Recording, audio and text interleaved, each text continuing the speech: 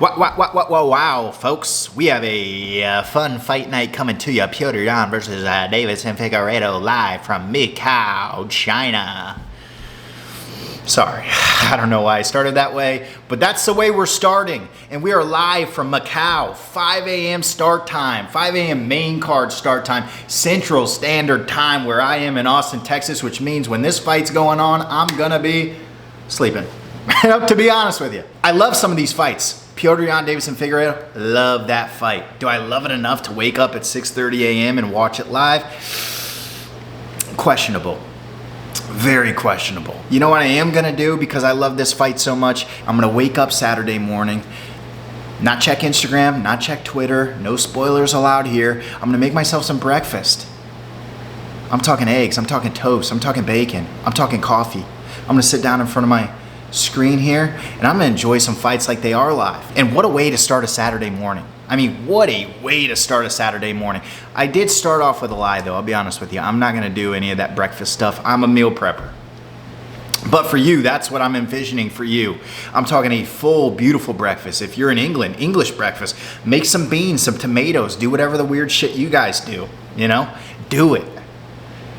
Wake up, grab yourself a cup of joe and make this coffee. For me personally, if you actually want to know what my breakfast is going to be, I got a little box. It's got beef, it's got potatoes. I'm not talking mashed, I'm not talking hash browns, I'm talking tiny chunk potatoes, maybe quarter-sized potatoes that I air fried, nice and crispy. And I'm gonna cook 2 eggs, not 1, 2. Over easy. We're gonna put that down on the beef and potatoes. We're gonna chop it up. Let that yolk run through that mess. And then douse it with some hot sauce, baby. And we're gonna Saturday morning, no spoilers. What a way to start a day. This is a fun fight card because it is a fight night. If this card was happening at normal time, US time, I'm still probably only tuning in for the top half of it. I love the Carlos Ulberg, Volkan Oezdemir fight. I love the Tabatha Ricci, Yan Xiaonan fight, and I love the main event. Other than that, I'm happy just seeing the result. This frees up a Saturday night for the fellas. You can do whatever you want. I'm talking watch some ball. I'm talking go out, talk to a lady. I don't know what you're into, dude. Go out, talk to a fella. You can do whatever you want with your Saturday night because we are free of burden. We have a Macau start time of 5 a.m. Central Standard Time start time. How exciting. What a Saturday. Let's get into it. That's enough of chitter chattering, dog. We're gonna start with the main event, Petr versus Deiveson Figueirado. What a little banger we got, huh? 2 of the top contenders in the bantamweight division. Petr obviously being a former champion of the bantamweight division. Deiveson Figueirado being a former champion of the flyweight division, moved into the bantamweight division, and has looked sensational. 3 wins in a row. There was a time just a couple years back where you look at Petr and you go, this is the baddest motherfucker on earth. This is the new star of the bantamweight division. He's going to be running this division for a long time. And it just didn't happen like that. And it was all because of a knee. It felt like that was a shift, a paradigm shift in the life of Petr. If that one knee goes away, it feels like he may still be champion today. And maybe not after we've seen the way that like the Merab-Dvalishvili fight played out. Maybe not, but it does kind of feel like that was the start of a downward trajectory of Petr. Lands that knee against Aljamain Sterling. Aljo was going to be out with a neck surgery for a little bit, so he goes and fights Corey Sandhagen for the interim belt and puts on a show. That was a fantastic fight between those 2 boys. I mean, 2 of the best in the world, Petr and Corey Sandhagen. If you haven't seen that fight, go back and rewatch it because it is fantastic. But Petr wins, and it kind of feels like, oh, the champ is still here. Petr is the rightful champ. Aljamain won that belt off a technicality. Petr is still the champ. Then he fights Aljamain to go get his belt back and gets backpacked for the first 3 rounds and just lost on points. Tried to threaten submissions, but never really got close. And then Petr 4 and 5 beat the shit out of Aljamain. But he had already banked those early rounds, so it still kind of felt. And this is where a lot of the disrespect for Aljamain came from, is because it still kind of felt like Petr was the best in the world. Then he goes out and takes on Sean O'Malley in a very close fight. I'm a Sean O'Malley stan, so say what you want, but I thought Sean won the first and the third. But regardless, fun, close, rocked O'Malley, took him down, did some damage, looked very good in that fight. But now we're on a 2-fight losing streak. Then he goes on and faces Merab, 5-round main event, and gets freaking mollywopped. I mean, this is the definition of a Merab the Machine fight, where he's just chain wrestling nonstop. I think he had like 48 takedown attempts, landed 11 of them, but gets freaking stomped by Merab. So, and that was kind of the final nail in the coffin. We're like, oh, fuck. Petr Yan, who was the best in the world, who we looked at as this Terminator, who can beat Petr Yan, now is kind of just falling from grace. Then he gets put into a rising contender fight. We get him versus Song Yadong. And Song's a scary dude. Young, 26, heavy-handed. I mean, fast, tough, durable. Had a fantastic fight with Corey Sandhagen previously, which he looked good in, but doctor stoppage cut him. Corey cut him. Doctors had to stop the fight. It kind of felt like Petr was getting fed a little bit, fed to the wolves. It was either a put up or shut up type of fight where you're going to keep dropping. Now you're on a 4-fight losing streak and a young contender just beat you, or you can stand your ground and make your way back to the belt. And that's exactly what he did. One fault on Petr Yan is that he tends to start slow. He's been in a lot of 5-rounders, so it didn't really affect him too much. But when you get into those 3-round fights like he did with O'Malley, like he did with Song, a lot of those times that first round is very calculated, slow. He's just kind of getting into the rhythm of the fight. So he lost both of those first rounds. In the O'Malley fight, it didn't go his way because Sean came on stronger later in the rounds. Big knee, cut him open in the third. But in the Song fight, he started putting it on Song late. Rounds 2, rounds 3 kind of took over that fight and re-cemented himself into the picture of like, I'm Petr Yan, I'm still here. Yeah, I had a couple bad fights, couple losses, but look who I lost to. I lost to a champion in Aljamain Sterling, a champion in Sean O'Malley, and a champion in Merab Dvalishvili. How can you hang your head on that? You want to put me against these young fucking bucks? I'm going to tear them up because guess what I am? I'm a champion too, bitch. At least that's what I think he said. It was probably more Russian-y. I don't. But then on the flip side, we get Deiveson Figueiredo, who's had not the same, but a similar career, where at one point he's running the flyweight division, looks unbeatable, choking people out, knocking people out. I mean, looks incredible. But then he runs into Brandon Moreno, and we know this story.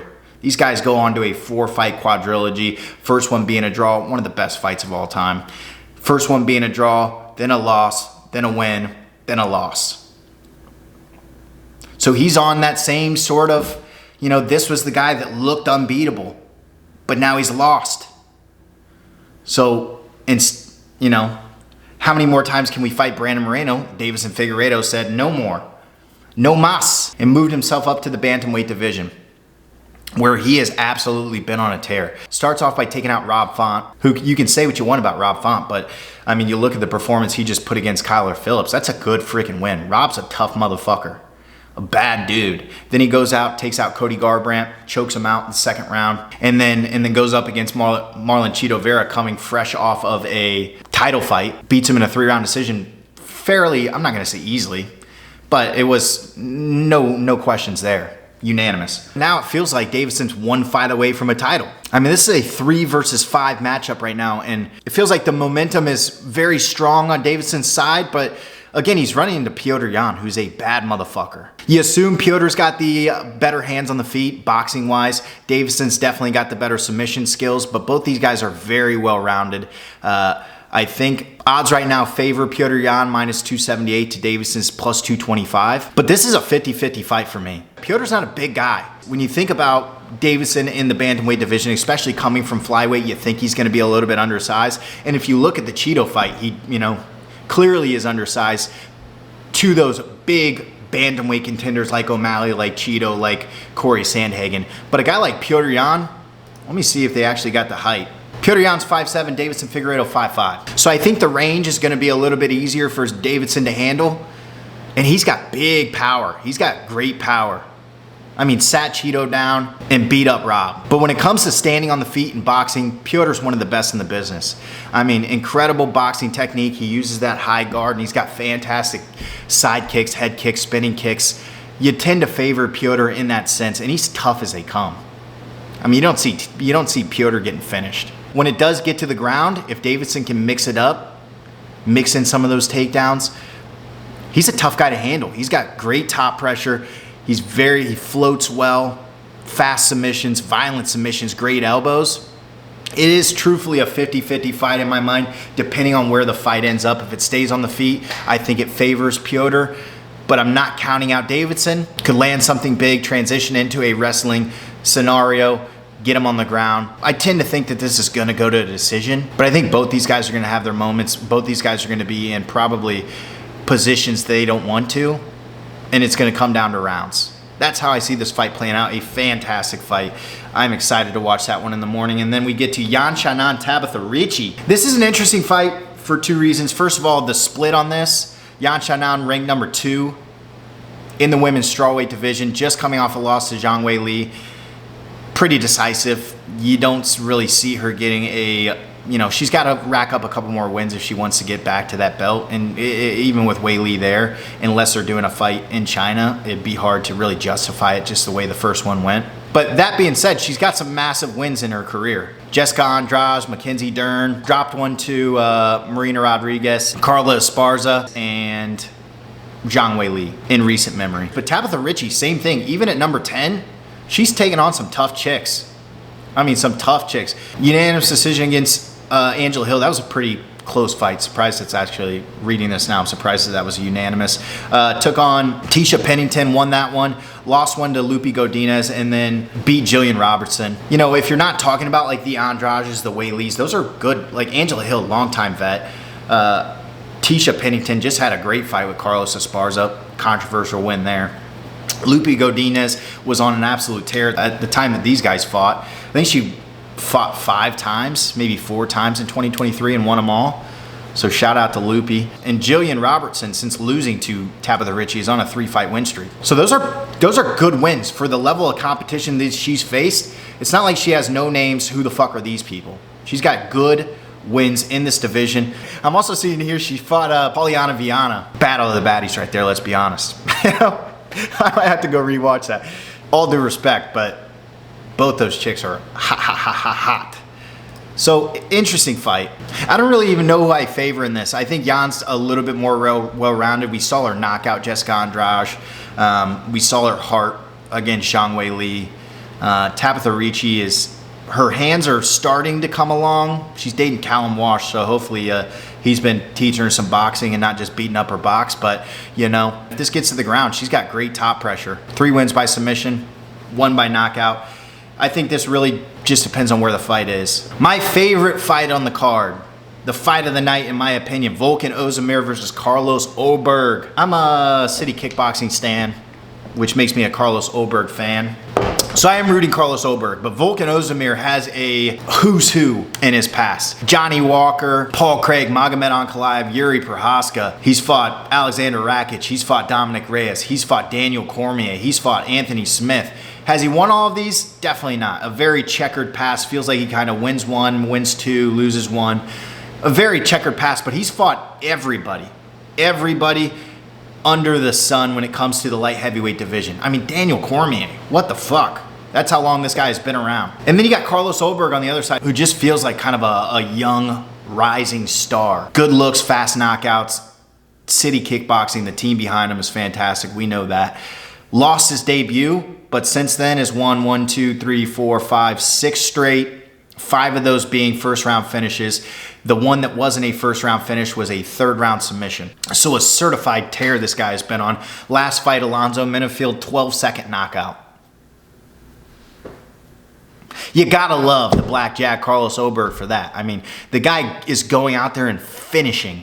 Not just winning, but finishing these guys and doing it fast. He's a fantastic kickboxer, but also seemingly decent on the ground. I mean, he's got 2 subs on his record. Seems like wherever this fight goes, Carlos can at least halfway handle himself. But a tough contender in Volkan Oezdemir is coming off of a massive knockout to Johnny Walker. Before that, subbing Bogdan Guskov, the Anthony Smith lookalike. So both these guys are on a little bit of an uptick. I just favor Carlos Ulberg because I'm a stan. No real reason. No real reason. The other real reason is because I love the story of Carlos Ulberg versus Alex Pereira. City Kickboxing back against Alex Poatan Pereira. I love that story, and I'm just willing it. I'm willing it to be true. And I've, in my own mind, have drummed up some theories about how this fight is a #1 contender fight, the next fight for the title, if Carlos Ulberg wins. This is how fucking nuts I am, and how he's ranked number 10 right now, going against number 8. But I am convinced that if he wins this fight and does it in fantastic fashion and makes the right call out, especially since we're in Macau and nobody's going to be watching live on this side of the world, he has to do something special and he has to make the call out. I really truthfully think he could be Alex Pereira's next fight. And let me tell you how. I'm not just going to say that and not back it up. Let me give you some actual facts of the game. First of all, UFC schedule, let's look at it. Remember, Alex Pereira's last fight, October 5th against Khalil Roundtree. When we're looking at the future of Alex Pereira and when he's gonna fight again, you'd like to think October, he's 37, he's an older guy, he's an active fighter. You'd like to think he's gonna fight early in this next year, right? You know, January, February, March. Well, let me tell you what's happening here. In January, 311, Intuit Dome, Inglewood, California. Main event is all but announced. That's going to be Arman Tsarukyan versus Islam Makhachev. In February, we're going to Sydney, Australia. You don't assume Alex Pereira is going to headline the Sydney card. That brings us to March. It feels like the first realistic fight in T-Mobile in Las Vegas that we could see Alex Pereira on. And it's kind of assumed that his next opponent is going to be Magomed Ankalaev. Dana said in the post-fight press conference after Magomed's last fight that Magomed would be next. One problem there. Magomed is a devout Muslim, meaning he's going to be in the midst of Ramadan.